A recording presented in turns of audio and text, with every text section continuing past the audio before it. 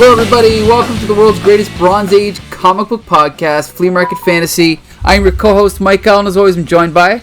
Michael Dell of the LCS Hockey Radio Show. Woo! That's right, this week is very special. Out of the goodness of my heart, I have given over one of my picks to the one and only Bex Luthor. Thanks for joining us, Bex. Oh, I feel extra bad now that this was my pick. I picked this for two reasons. One, I genuinely do love it. And two, I really wanted to make Mike Dell upset. Oh, I do that every week. I love this. I was like, what's the most garbage trash that I can make these grown adult men read? No, this is great. I remember these from my childhood. So. Damn it backfired. Yeah. Nostalgia. If you want to get me angry, just pick something from DC, and I will be irate. That's all you have to do. But make him read Sandman by Neil Gaiman, right? Oh my god, yes. You don't like Sandman? No. But tell the kids what you picked, though, Bex. So I picked something called Spidey Super Stories, number 39, by Marvel Comics and the Electric Company.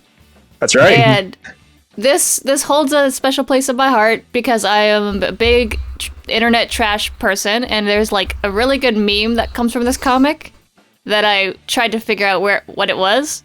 So I found the comic and I read it, and then you find actually a lot of interesting things about Marvel Comics and what they were doing in the 70s, and they did an entire comic book series with the Electric Company.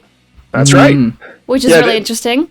This issue is from 1978, but all these Spidey Super Stories things, they started on the Electric Company as 5-minute segments of live-action Spider-Man content. Yep. This was the first appearance of live-action Spider-Man, yes. I believe. And it started in the 74-75 season of the Electric Company, and all told there were 29 episodes of Spidey Super Stories. And as you mentioned, this is the first ever live-action Spider-Man.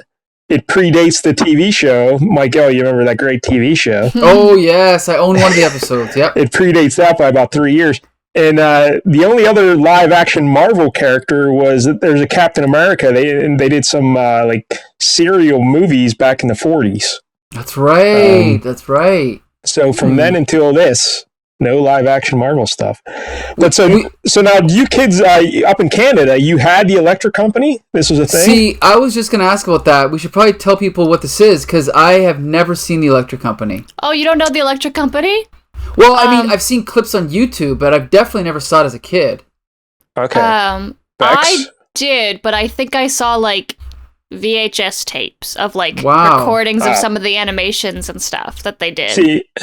Yeah, the Electric Company was basically once kids graduated from Sesame Street, they went to Electric Company. So Electric Company focused on reading and grammar and next level education stuff for kids who are a little older than the Sesame Street crowd. And I was born in 75, so it ran until I think I had it here somewhere. I think 78, 79 is when Electric Company ended. So I remember when I was a wee kid, and the thing I remember most about it was Spider-Man, seeing Spider-Man on my TV. And I swear I had some of these comic books. Really? Yeah, because I remember the Electric Company logo and all that stuff, although I don't think I have them anymore, but I swear I had some when I was a kid. So yeah, this brought back all kind of memories for me. Aww. Very Electric cool. Company. Yeah. Yeah, so the whole Electric Company and everything, it was all about it was PBS, it was all public broadcasting for low-income families to educate kids, Sesame Street wise and things like that. And the Spider-Man, the live action part of it, there was no voice. He wasn't talking, he only spoke in word bubbles like a comic book to encourage reading, right? Yes. Yep. And So on the Electric Company episodes, there were never any other Marvel characters. It was just Spider-Man and a bunch of made-up villains. Just goofy crooks and stuff. Like the Mastermind. Yes, pretty much like we'll be reading about today. But then, because of the success of the Electric Company stuff, they started the comic book series in 1974. And it ran until 1982, and it lasted 57 issues. And in the comic book, we get some Marvel villains and other Marvel characters. Nice. And these were still geared towards very young readers to introduce them to Marvel Comics in a way that was definitely acceptable for a 6-year-old to understand. Good versus evil. Absolutely. Oh, wait, did we point out that Morgan Freeman was in these Electric Company episodes? Yeah, he's the easy reader. Yeah. Right, yeah. That was... he was very young then, right? Must have been, yeah. Rita Moreno was on there, a young Bill Cosby. Wonder. I'll leave the Bill Cosby jokes alone. Yeah. But so the comic books are a little different than the animated, or not the animated, but the live action stuff, and the fact that other Marvel characters are there, and that's a good way for Marvel to introduce their other characters to young kids. So hey, if I want to see more of the Thanos copter, I can. Yes. And that's the meme you were talking about, right? That's absolutely. The Thanos copter. I was like on, not even like Tumblr. It was like these like word forums or whatever back in the day. I was like 11, 12, and I just see the picture of the Thanos copter. I was like, what is this from? What is this from? And then you just dive into this deep, like, oh, it was actually came from a place of like good and like love and teaching kids to read and introducing them into superheroes and stuff. And now it's just been memed to filth, and even to filth. Showed up in the most recent, or like one of the last episodes of the Loki TV show. The Thanos copter is dilapidated in the at the end of time. So yeah, and if you don't know what we're talking about, it's literally a helicopter that Thanos rides around and he flies. And it says Thanos on the side. Yeah, it has his name right on it in case he misplaces it. A big yellow helicopter. I got to point out, I got gate kept today on Facebook because I was so excited that I posted that panel on a Facebook page. I was like, oh, isn't it great when you're reading a comic and you are surprised to come across like a famous panel or whatever I said. And someone was like, what were you surprised by? I was like, by the Thanos copter. Like, you didn't even know it was in this issue? No, that's why I was surprised. Like, Jesus Christ, but whatever. I'm over it. I already left for only an hour, so. Oh, okay. Mike always gets confused on Facebook. I tease. But you didn't know it was from Spidey Super Stories, Volume 1, issue 39? Yeah, exactly. I own it, obviously. Right. From 1978, anyway. So, anything else we should know about the Spidey Super Stories, Bex, that you'd like to share?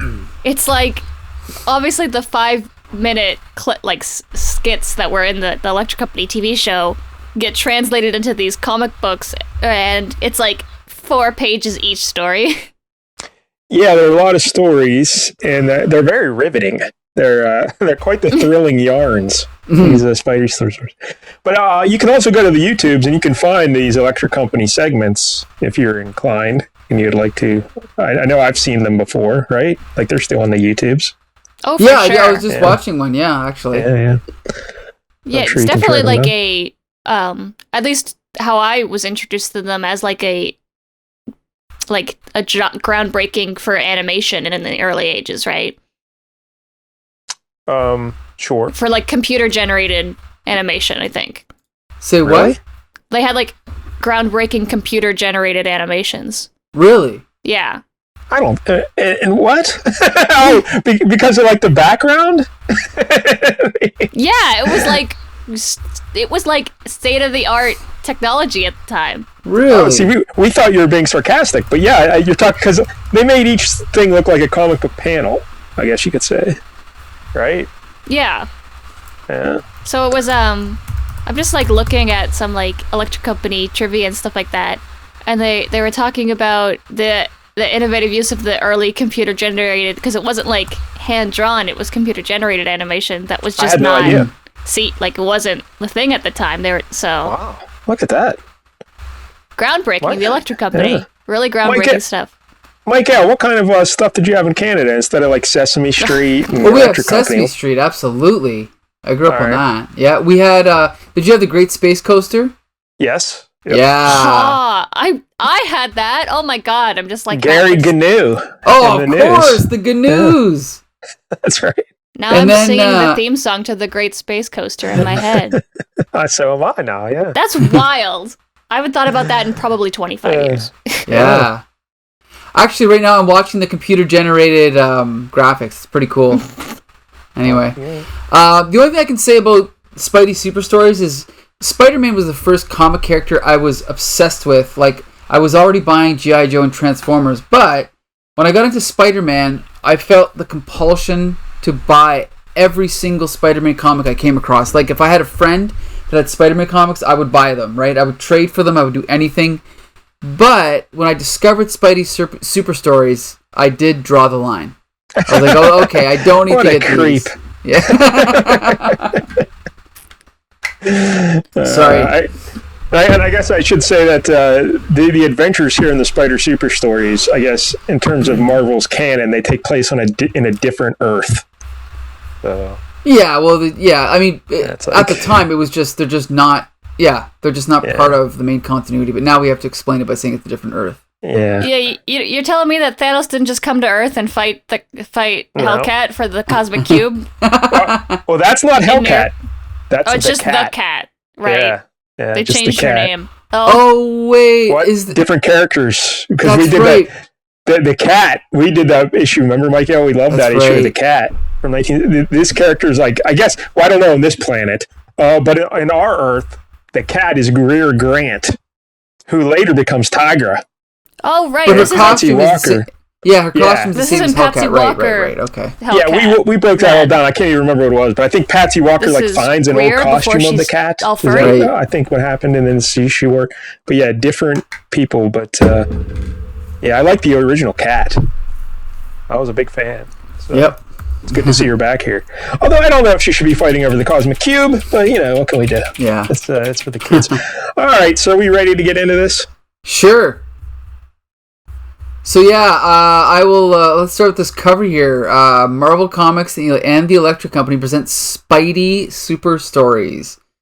Still only 35 cents. All new, 36 pages, no ads. And then on the right, we got this little picture, and it says, I guess it's Morgan Freeman reading.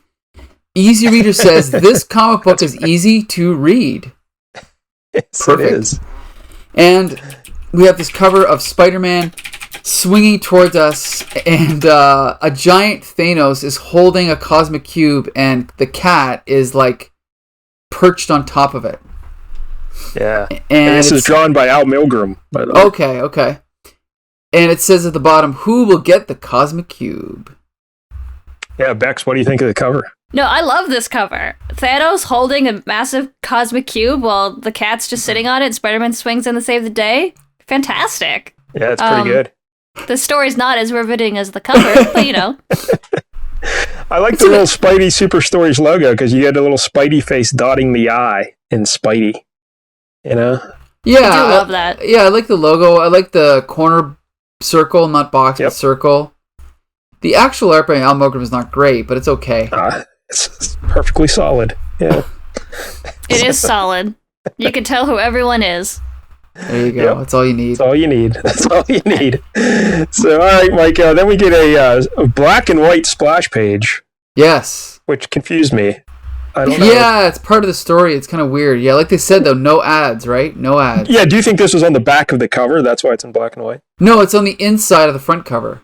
Yeah, that's what I mean. Yeah, that's what I meant. Yeah. The back of the cover, yeah. Yeah, that's why it's black and white. But they could have used color. Why not? I mean, there's color on the cover. Well, I guess money is that reason. Yeah. Maybe. Weird. So on the scan that I'm reading it off of, you can see the cover behind it, like the Spidey Super Stories logo. Right. Oh, yeah, how about that? If you really look, yeah. Yeah, these have clearly never been remastered and collected anywhere. Yeah, so it says, meet Mastermind. Mastermind lives under the Brooklyn Bridge. So yeah, like we said earlier, this is clearly for younger readers, so everything is very straightforward. Like, we could read the whole comic here, not that we will, but it's like, then the next panel is like, he is a mad chemist who makes special sodas for everything. Oh, and by the way, Mike Dell, do you call it pop or soda? Well, here in Western PA, it's pop. Well, we say pop too. Yeah, nice. So. I know in the South, sometimes they just call everything Coke, and that would just make me angry. Right. So anyway, so then it just cuts to Mastermind now on top of the bridge, pushing it's almost like an ice cream thing, but it says soft drinks. And this is interesting. He comes upon a parade. It says Women's Day 1979. Women's rights. Yeah, she just got a sign. It just says women's rights. So what rights? Women's. Yeah. And we see Peter Parker and a girl he's taking photos and she's with him. It's Carol Danvers. Oh yeah, that's right. It's not just and she's girl. like, a great scene for the magazine. And there's a dog. I was going to say she doesn't work at the Bugle, but I guess she worked for Now Magazine, right? Yes, Michael, remember we did that, Ms. Captain Marvel. Or That's Ms. right, Marvel, that's right, okay. And she was just getting a job, and Peter was a photographer who go in and help out. And so, this is perfectly in line with continuity. Yep. At Marvel, So then we see they're taking pictures, and then some kids come up, and this Mastermind is now going to try and sell some sodas to these women. And then and then Carol Danvers is like, hey, he goes up to one of the women. He's like, what do you think of the parade? And she's like, it's the start of a new age. And then it just cuts to like a wide shot of the women. Women's rights! They're all saying it at the same time. Yeah, it's just the rights. Give me rights. And then the Mastermind's like, this soda should quiet them down. And then it cuts over to Mary Jane, who's watching on TV. And then she's like, I hope Peter is watching this. He might learn something about women. That's right. And one of the ladies at the march there, and Mary Jane has a poster of her on her wall, Stella Bella. Right. It's a lady in a hat. Do you know who that is? No. Do you? Bella Abzug. She's actually a famous activist, but she was famous for wearing a hat like that. Oh, so there you go. It's clearly a parody of Bella Abzug. Oh, interesting. There you go. So then we cut back, and now Carol Danvers is noticing how these women are falling asleep. I'm sorry. I just yawned. Sorry, I fell asleep after work today too, on purpose though. You must have had one of the mint sodas that the Mastermind is handing there you go. Ew. And then now keep in mind, listeners, that these panels are all slightly larger than average, and they only have like 1 or 2 bubbles per panel, so it's moving very quickly. But on the next page, we see that all the women are falling asleep, and there's like a thought bubble of the parade of themselves holding signs that say women's rights. And then Carol Danvers is like, I better investigate. So then she's going to duck out and change into Ms. Marvel. And then we cut over to Peter Parker, who also notices everyone's falling asleep, including the cop on like a horse. So he's like, I guess I'll have to take the law into my own hands. So he pulls up his shirt. We see his Spidey uniform underneath. And then he comes out and he... is that Mastermind that he... No, it's not. Who is it that he's... Well, that guy was stealing... Yeah, he was stealing a purse from a lady who was falling asleep. Right. Yes, he's taking advantage... Oh, yes, he's taking advantage of the fact that the women's asleep, but this guy's not asleep because he didn't have the soda. So then he flips the guy, the purse snatcher, and then he looks over and realizes that the soda man looks familiar. And so then the more I think of this, though, Michael, now the Bill Cosby connection in the electric company is really coming out here. Yeah, you're right. Putting pills in the ladies' sodas. Maybe this was his plot suggestion. Yeah, this is where he learned it from Mastermind. Good Lord. Yeah. So then Ms. Marvel, this is actually a reference exactly to her powers. My seventh sense tells Ms. Marvel, Mastermind is my man. And then she goes in to like pursue him, and then she notices Spider-Man. So she's like, where did Spidey come from? And Spider-Man's like, that's Mastermind. So then they try and take out Mastermind, but he does what any supervillain would do, which is throw soda in Spider-Man's face. And it knocks him backwards. Right, it knocks him backwards. And then and then he knocks over his thing, and all these cans and straws, hit Ms. Marvel, and she's like, that's the last straw. Yes, that's the recurring gimmick in this book. They'll set up something, and then they'll just have a random little punchline, right, a clever little quip, right? And that's basically what passes for writing. Yeah, just every other panel, the same pattern repeats itself. True. Yeah. And then Mastermind takes off. He gets into his car and he takes off. You steal someone else's car. Oh, okay. Oh yeah, he's like, those are my wheels. After that master thief, another masterful job takes off. And then, that's the end of part 1. Yep. Part 2, the women wake up. So then see... go ahead, Becca. I was like, and then he splashes more soda onto Miss Marvel's face from a moving vehicle. Yeah! Just throws it up at her. Splash. And then Spider-Man has got a web, net kind of ready to catch the car. And then we awkwardly cut over to Mary Jane watching on the TV. And she's like, here's one woman who's wide awake and ready to march. So she's going to go get involved. But then we cut back to the bridge and we see that this trap door has opened up on the bridge. And Spider-Man's like, he has a secret cave under the bridge. So he disappears into the trap door, but the car stays up because Spider-Man's webbed it. And so then on the next page, we see that this father and son have driven up on a what's it called, a Jeep. A Jeep. And then somehow, what is this? Yeah, it's like a sprinkler or something that comes out of and shoots up a bunch of soda out of the bridge. Yeah. And it lifts the Jeep up into the air. Like 20 feet in the air, and then they're falling back down, but Spider-Man catches them with his webs, which he can't really do, but that's okay. How dare you question Spider-Man? So then now, because the kids have been sprayed with soda, they're all tired. So then Spider-Man's wondering where Ms. Marvel went, and we find out, she's under the bridge, flying underneath the bridge. And then she sees this wooden door.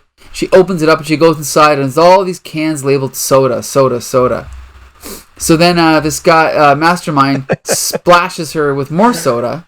But he's hiding on top of a large shelf, and he's an elderly man. How do you think he got up there? I mean, that's a good question. Maybe he's on a ladder.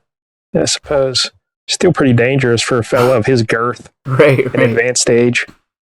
So then and I love this. He's like, Spider-Man's like, where's the cure for the sleep soda? And he's like, cure? What cure? Ha!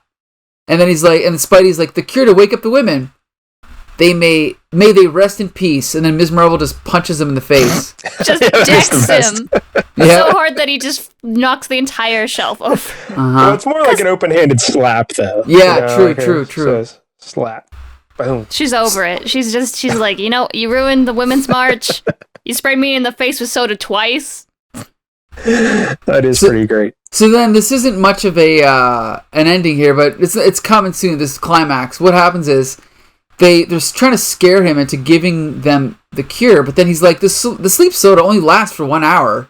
And then Ms. Marvel's like, everyone should be awake by now. Here's some of your own medicine. And they splash him with some soda, and then I guess he's going to fall asleep. So then they go back to the Women's March, and MJ is there waking everybody up, even though they were going to wake up anyway. And then she's like, get up and march. And then the woman, Stella Bella, is like, March? I thought it was June. Wah, wah, wah. Then Spider-Man turns back into Peter Parker, and then Ms. Marvel has already turned back into Carol Danvers. And then we cut back to the parade, and everyone's just shouting, women's rights! Because that's all they got to say. And then Peter notices MJ, so he's like, MJ! And MJ's like, Peter, join us! And then it says the end. Yep. That's the end. So the problem solved itself? Yep. Sure did. It wasn't really much of a villain, more of a nuisance. He just kind of charged everyone for soda that made them take an hour power nap. Right. Honestly, just marketed it that way. I'd do it. I drink that. The reverse energy drinks. They didn't really have to find an antidote because when Ms. Marvel slapped them, it was so loud it woke everybody up. She cracked them good. Are we going to review the stories at the end or one by one? Yeah, we'll just do it all at the end, I guess. All right. But Bex, I know you're a big fan of the Ms. Marvel, and here she's wearing her first costume. Yes. The shorts and the red scarf and all that. And then I know you've cosplayed in the other costume, right? The lightning bolt one? This, I think, is her second costume. I think the first one is the midriff one, right? With the... Oh. It's it's just bikini bottoms, and the top is a long sleeve top, and then her belly is just showing, and then she decides, probably not the best for fighting crime, so put a regular full top on, and then... cover my belly. That'll do it. That'll fix it. It's don't cover your sick abs. Yeah. Well, so which costume do you prefer? Do you have a favorite? I really like the black suit with the lightning bolt and the mask and I'm just the black bathing suit one. That's always going to be my favorite. I mean, I really like her new one. I like a lot. I love the Captain Marvel suit. I even like in like the most recent issues, she's like teamed up with Doctor Strange, and she has like a mystic version of her Captain Marvel suit with a hood that I really, really like. All of the Carol Danvers redesigns have been pretty good, which is rare for superheroes. Normally there's like a couple that just don't work. Yeah. When you look at like some characters like Supergirl, who's had like 50 million adaptations, and you got some good ones, but you got some not so good ones. Right? Yeah, I'll take your word for it. I don't know my Supergirl. But, I'm sure Spider-Man had some not great outfits. well, Michael, did you ever play the Spider-Man video game? Michael does not play video games. I haven't played any video games since 1993. So. Well, they have a really great Spider-Man game for like the PlayStation 4, and in it he has about 1,000 different costumes. Really? You gotta unlock them all. Yeah, and like a lot of them are from the comic books, like Scarlet Spider and all that, where he's just wearing like a sweatshirt or whatever. Okay.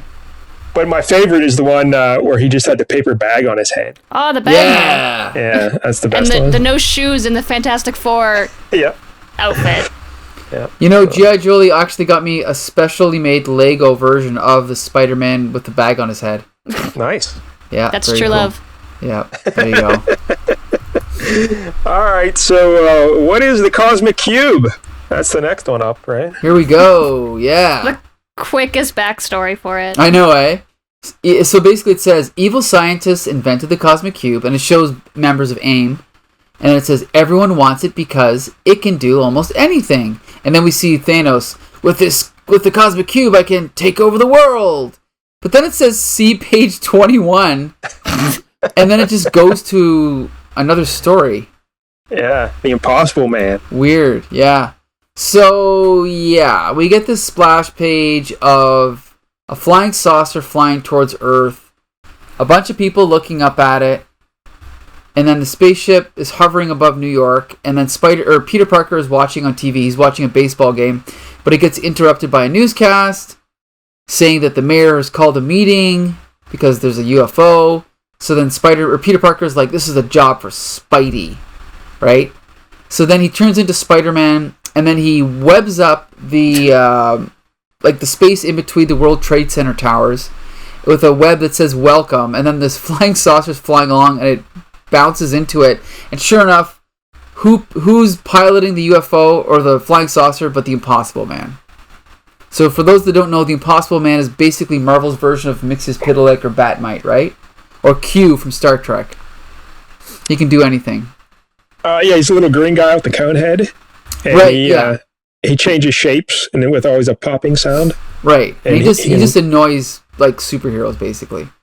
He was in a X-Men annual back in the day. Yep. That's where I first met him. I remember that, yeah. I guess his first appearance was Fantastic Four 11, I believe. Yeah, I've read that, yep, something like that. Yeah. And then we got a little pun here. So then Spider-Man's like, who ever heard of a flying cup? And then we see that he's turned into a flying like teacup instead of a saucer. Yeah, Spider-Man says, can I take your bags, Mr. Impossible? He says, yes, thanks, my tea bag. And he tea bags him right on the thing. So then Mr. Impossible Man flies away, and then we cut over to now we're cutting over to a coffee shop. And then the news is like, we have another strange story. A large flying cup is flying to the ballpark. And so Spider-Man's like, uh-oh, I better go investigate. So we cut over to a baseball game. And we see that now Impossible Man has turned into a ball. Then he turns into a bat.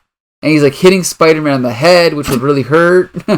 Then he turns into an actual bat, like a rodent. And then Spider-Man webs up the bat. And then he turns into his actual normal shape, like a man with a cone head. And then he explains, well, actually, I've come to Earth to learn. We don't have enough fun at home. We need more games on my planet. That's why I became a baseball. I wanted to learn about the game. Now we can play ball on Pop-Up. That's his home planet. And Spider-Man's like, why didn't you tell us sooner? Everyone was very worried. And then it could have ended there, but it gets really weird. And then Impossible Man tells Spider-Man to stand in front of the Statue of Liberty. He's like, please stand over there, Spidey. Smile. I want to take your picture. My people wonder how Earth people look. Now they will know. Click. The end. because as we know, everyone on Earth wears a Spider-Man costume. Yeah, these people I think that's are the joke. But I think these that's the people are joke, gonna think that every person on Earth is Spider-Man. Yeah. And I'm okay with that. I'm okay with aliens thinking we're all Spider-Man. Yeah, that's the comedy, though. Michael, you're not appreciating Spidey super stories. I'll save my review for the end. Look, you have to read these as if you were 6. Well, I can just say that I first started reading Spider-Man comics when I was 6, and it was the regular, amazing and spectacular Spider-Man, so... You're so cool, Michael. Yeah. You're edgy reading those adult comics at 6. Yes. You got it. Now you're 48 and you're still reading I'm still reading the same ones. Anyway. Okay. Now you're reading these ones. Yeah. Now we're going to go to the next story, which is The Cat and the Cosmic Cube. And then we have a splash page of Thanos. Oh, it's mid-story. He's already attacking the cat. And the cat was holding the Cosmic Cube, but... Since Thanos is riding his Thanos copter, he's shooting her, and he startled her, and so she's dropped the cube. And so she's like, oops, I dropped the Cosmic Cube. She's like, no use crying over spilled milk. And Thanos is like, drat. And we see on the side of his helicopter, it says Thanos again. This is the famous panel right here, which is, right, Becca? That's the one they use, right? This is the one, yes. I love it. So then he's like, I'll cream you later, cat, which takes on a completely different meaning when you realize Bill Cosby helped write this issue. But anyway. He didn't help write it. He didn't help write it. He just worked for the electric company. I joke. I kid. Anyway. So then now, I mean, why was this not the plot of Avengers 4? But anyway, the Cosmic Cube falls and it just misses a garbage can. And then some kid is skating by on a skateboard and he bumps into the cat. And then he falls over, and she's like, well, I'm looking for this thing called the Cosmic Cube. Can you help me look for it? He's like, sorry, I haven't seen it. So then she's like, okay, see you later. And then just as she rounds the corner, she's like, keep cool, kid. And she's still within, you can see her. And then he finds it, in the same panel. He, lifts up this, what is that? That's his hat. Oh, that's his hat. It was covering up the cube. And he's like, I'll just grab my hat and, hey! And he sees... Must be the Cosmic Cube. The cat said it can do anything. I'll try it and see. So he's like, I wish I had an ice cream. And sure enough, he has ice cream. And then Thanos sees him and he's like, oh, no, you don't. I love it. I just love the idea of Thanos, conqueror of worlds, snapping the universe to death, half of the universe. And he's hiding behind a building, peeking at a kid with an ice cream cone. Saying, oh, no, you don't. Yeah, he's going to get him. So then we cut over to Peter Parker reading the paper, and it says "Cat captures crooks," which is about the cat. And then MJ's commenting on the cat. She's like, "I think the cat is neat." And then Peter's like, "I think she's just a copycat of Spider-Man." And she's like, "Can the corn, Peter. Women can be super too." So they're kind of quipping back and forth, and then all of a sudden they see that Thanos and this little kid are fighting over the Cosmic Cube. Did we mention the Cosmic Cube is the most powerful weapon in the universe? Anyway, so then the kid's like, you can't have the Cosmic Cube, you crook. It belongs to the cat. And Thanos is like, give me that, you brat. And then, he's got the Cosmic Cube. So you think that he would have lost, this is the end of the story. Thanos won, right? But no. He holds it up, and he's like, with the Cosmic Cube, I can rule the world. And then the cat's like, says you. And then she just jumps in the air and just stands there. And then it's like, oh, I love this little play on words. They're gonna fight for the cube and the fate of the world. And then Peter's like, can the cat beat the rat or beat that rat? and then MJ is sort of protecting the kid. She's got her hand on him. She's like, and then the kid's like, it isn't fair. He has the Cosmic Cube and it can do anything. MJ's like, even the cat can't top that. It's too bad Spidey isn't here to help, right, Peter? Peter disappears it's kind of like a Lois Clark thing. And then all of a sudden it's part 2, Dog Day Afternoon. So Spider-Man comes in and Spider-Man is now going to fight Thanos. And Thanos does what any villain would that could destroy the universe. He wishes for a giant dog to appear. Well, yeah, because she's a cat. To fight the cat, right. So then this giant dog starts chasing around the cat, and then the cat's like, you're nothing but a ground dog. You can't put the bite on me. Darn that dirty dog. I'm a cornered kitty. And then Thanos is like, wrong cat, you're a sitting duck. See, this is good. Kids would like this. Anyway. And Spider-Man kicks a dog. Yeah, Spider-Man kicks a dog, and the dog's eyes go all wonky. And then the dog just runs away. And then Spidey and the cat team up, and they're going after the cube. But then Thanos uses the cosmic cube to create an earthquake. He's like, I order the earth to quake. And the cat's like, cheese and crackers. And then they're kind of like falling over. And then Thanos is like, ha, I knew you'd both fall for it. Whoops. But then the earthquake affects him. So he trips back and he drops the cube. And he tells us that. He says, I let go of the cube. Spidey's like, you were too tricky for your own good, Thanos. And then he goes, I'm not licked yet. Which again takes on a different meaning when you realize, well, forget it. Who cares? And so then the cat's like, we can't let him get it back, Spidey. And so then, of course, they're all reaching for the cube, but who grabs it? The little boy. He grabs it, and I love this dialogue. Thanos is like, finders keepers. The boy's like, wrong, Thanos. Losers weepers. See? This is how kids learn all those little things, right? Yeah. But then he says, he wraps him up in grass. Yeah. The grass. He makes the grass grow to tie up Thanos. Right. Because if there's one thing that can stop the Mad Titan, it's long grass. That's right. And then we see the next page. The cops have arrested Thanos and they're leading him away. Just the regular NYPD taking him to a cell. Awesome. And then of course, he just takes the cube and like throws it at the cat. Catch! She's like, thanks. And then the cat like swings away. She's like, it's time for me to make tracks. Spider-Man's like, so long, cat. You're a real swinger. And then the boy's like... What's she going to do with the Cosmic Cube, by the way? Yeah, good question. Good question. Whatever she wants. A whole dog, maybe two dogs. Ice cream cones. Yeah. Grass? There you go. Grass for everybody. So then the kid's like, wow, what a team. And then now Spider-Man's changed back to Peter Parker. And he's like, you can say that again. And then MJ's like, where were you, Peter? And he says, I went to call the police, MJ. And MJ's like, and missed all the action, as usual. Just like the ending of a Superman episode. And the end. That's it. Yeah. Great. But wait, there's still one more page. We have to read The Wit of the Web Slinger, right? Yes. I love it. So then we see a farmer on a farm with a big pig. And Spider-Man is leaning over the fence looking at the pig. And he says, why did you name your pig Ink? And the farmer says, because it keeps running out of the pen. Wah, wah, wah. The end. Well, it says, send us your riddles and jokes and we'll print the worst one. So I think that's on purpose. It's bad on purpose. Of course, yeah. Yeah. But it's also the best art in the whole comic. Yeah, I loved it. And then on the back page, the back cover, we see the women's parade. And it says, read Spidey Super Stories. And we see the cat and Ms. Marvel at the front, and like there's this marching band behind them.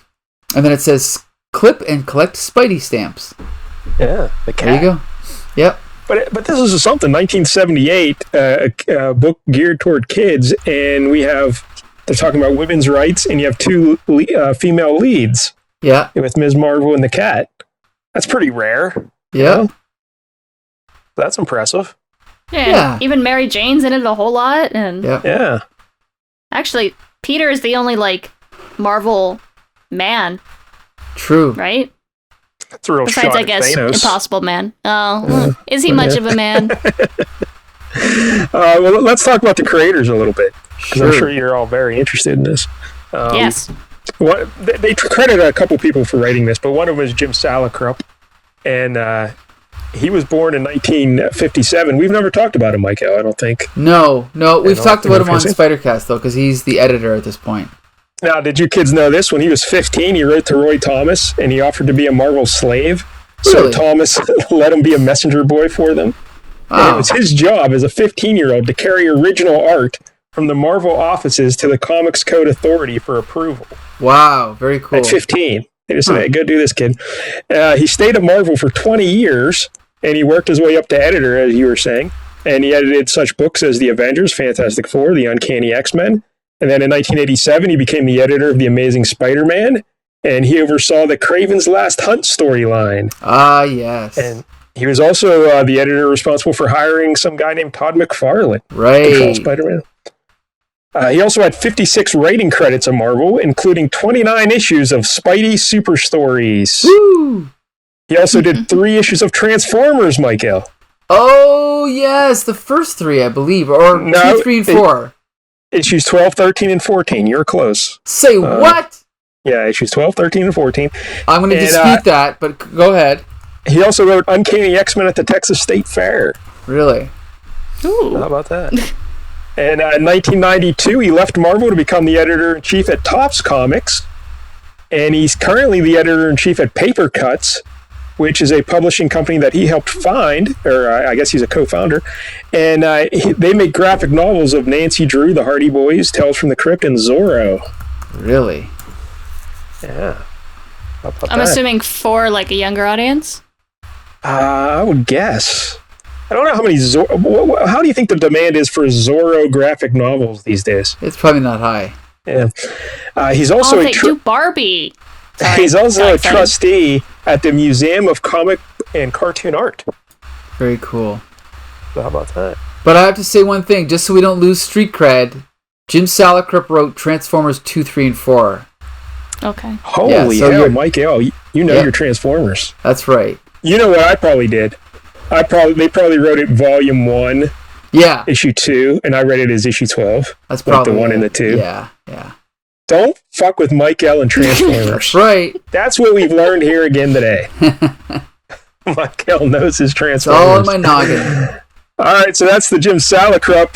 One of the I don't know if he was the only artist here, but our buddy Win Mortimer, who was a Superman artist. Yeah, and I think Bex, the last time you were on the show, we did a Supergirl story, and I'm pretty sure he drew that one. Wow. That's so weird. I didn't do that on purpose. Yeah, that is weird. But I love this guy. I think he's really good. If you go back and look at his other art, I mean, here it's kind of, simplified for the kids. But he was born in 1919 in Hamilton, Ontario. Whoa, get out of town, really. He's a Canadian boy. Sadly, he died. Hamilton, though. Ugh. Yeah. Oh, wow. I had no idea Hamilton was looked down upon among Canadians. It's like literally like a couple hours from here. All right. He died in 1998 at the age of 78, sadly. He was an illustrator in the Canadian Army during World War II. He started working for DC in 1945. He started out doing covers, and then his first interior work was a 12-page Batman story in Detective Comics 105 in 1945. I'm sure, Michael, you know that one, right? Not exactly, but... All right. He started drawing the Superman newspaper strip in 1949. He left that series in 1956 to create the David Crane adventure strip. And after that, he did the Larry Bannon strip for the Toronto Star. I'm sure you know all of those, Mike L., right? Not Larry at all. Bannon? Nope. Can't say I do. Then Mortimer returned to DC in the 1960s. He was working on books like Legion of Superheroes and Supergirl. And then in the 1970s, he started freelancing for other companies. He drew all 4 issues of The Night Nurse from 1972 to 73. And he drew all 57 issues of Spidey Super Stories. Wow. From 76 to 82. And he also did a story in Amazing Spider-Man 220, 1981. And I wanted to, because I like his art, so I wanted to look at that issue. And Mike, it's the one where Spider-Man's on the cover with Moon Knight, or Spider-Man's in the coffin. Oh, yes, we did that one. Yep. Yeah, and he drew the backup story featuring Aunt May. Do you remember there was a backup story about Aunt May? Okay, I think so, yes. Yeah, he drew that story, because I think Bob Layton drew the other one. But I had that issue. I have that comic from when I was a kid. That's cool. So, what else did he do? Mortimer is a 2006 inductee into the Canadian Comics Creators Joe Shuster Hall of Fame. Cool. How about that? Do you think you'll be there one day, Michael? Maybe not as a creator, but as a contributor to Canadian hope comic so. books? For keeping track of those Transformers credits, I think I deserve it. Don't fuck with Michael and Transformers. All right, so they're your creators for this book. Bex, what do you think of Spidey Super Stories, issue 39? It's so charming, and especially knowing everything you know about it. There's a lot of like old comics that obviously we review back on like the Spider Cast, where it's like we get really critical about them because they're supposed to be like an ongoing story. These are professionals, they are writing, but these ones are they serve a purpose. It's to help children learn to read, right? Yes. So you can't really critique the story too much because it's supposed to be very simplistic. Even like the way that the text bubbles work, like the different the way that you're supposed to emphasize words in a sentence is bolded, so that when you're reading it, those words like are emphasized in your head as if you were speaking them. So I always like that, and it's just charming. I love I love all the Spidey stories, but especially this one, and not just for the Thanos copter, but like it's like 79, and you've got women's rights, and you've got just a wholesome comic book, and I'm like, this is nice. This is the kind of stuff that I would love to give my kids. Yeah, I agree. This was great. It brought back childhood memories, and we got to get in all the good stuff before Mike L just tears it apart. But I really enjoyed it. It was fun to read. It was it was great. A lot of corny jokes, and But again, I was very impressed that you had Ms. Marvel and the cat being featured so prominently. That's something you don't see every day, because usually comics are geared towards little boys. So it's nice to see making an effort. Now, was this a random thing, or I think wasn't Ms. Marvel kind of a recurring character in a lot of these? Or am I wrong on that? I don't know, but I do know that at the time they were really pushing her, right? Like she was in all the merchandise and stuff, so maybe she was a recurring character. I don't know. Yeah, but anyway. All right, so Mike, we got 2 big thumbs up here for Spidey Super Stories. Go ahead.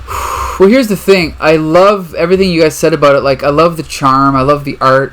And I can definitely, like, I could see myself reading these and enjoying them.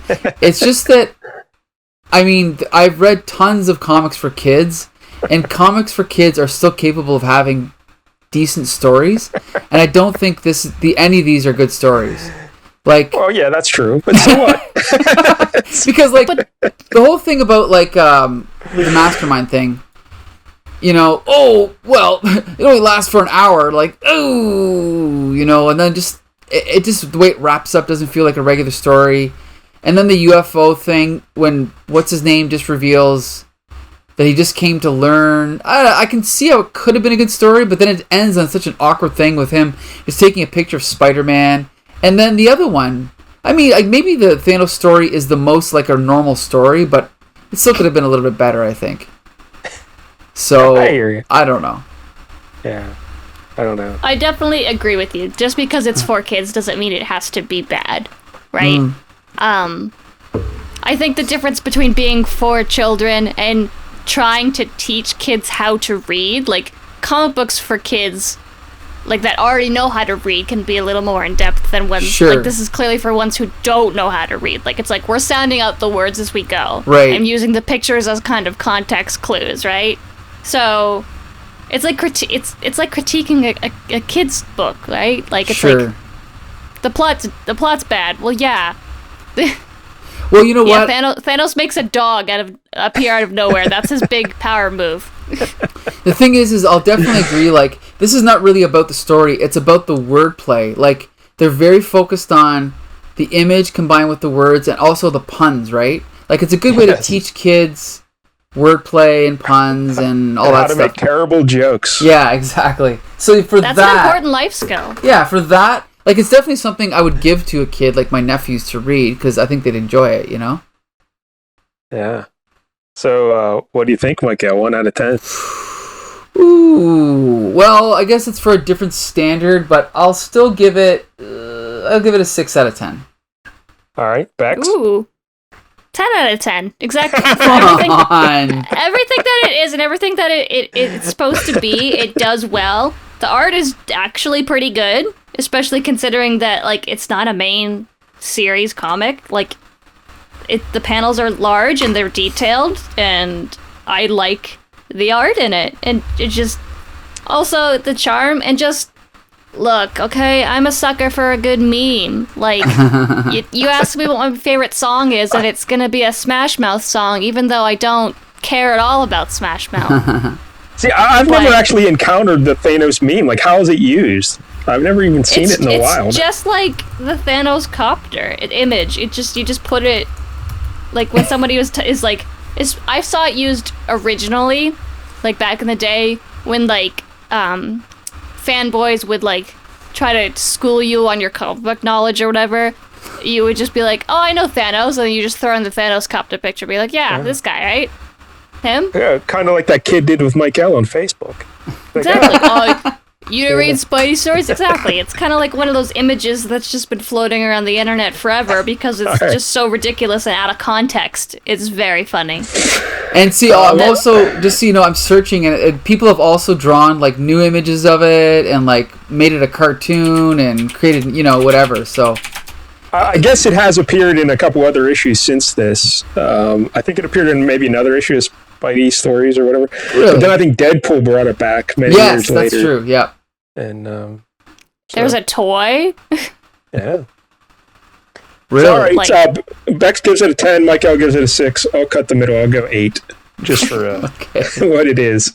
Yeah, it's just charming for what it is. It brought back childhood memories, so I enjoyed it quite a bit. But all right. Spidey I'll just say stories. that I love Spidey and I love Win Mortimer, but it was less good than I thought it would be. Put it that way. And I love when I'm telling you, Michael. At some point, we're probably going to read The Night Nurse, just so I can look at Mortimer's art. All right, I'm a big fan. Big fan. But well, Night Nurse was in the Daredevil TV show, right? Different Night Nurse. Different Night Nurse. Yeah. It's always a different one. Yeah. Yeah, this Night Nurse is actually this Night Nurse's name is Linda Carter, actually. I believe. Cool. That's not already somebody's name. but this was before Linda Carter was Wonder Woman. You know, this was predates that Linda Carter. So yeah, it's weird. Crazy. There's so many names. Yeah, there's so many names out there. But yeah, all right.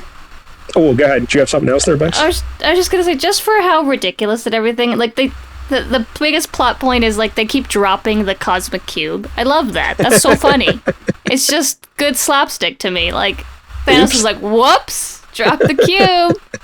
Like, literally, the cat drops it immediately. Right. In the comic. That's how it opens. Yeah. She just drops it. It's just like, and then the cops just take Thanos away. Come on, how can you not like that? That's funny. I know, Michael. What the hell? In like a Marvel movie, like. Just the regular police taking Thanos away and bringing him to jail at the end of a Marvel movie. That'd be great. Oh, that'd be so good. Yes, I agree. Well, speaking of the Marvel Cinematic Universe, Michael. Next week's pick?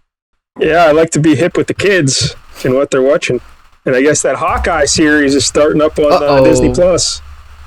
So next week we're going to read Hawkeye Issue 4 from 1983. Whoa, cool. This was part of the, he had a 4-issue limited series, and this was written and drawn by Mark Grunwald. That's right, he drew it. One of my favorites.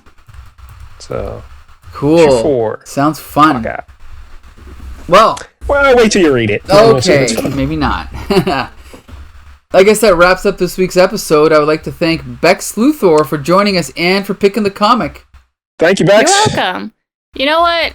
I did want to make Mike Dell mad, but I made Mike L mad instead. So, you know. Backfired again.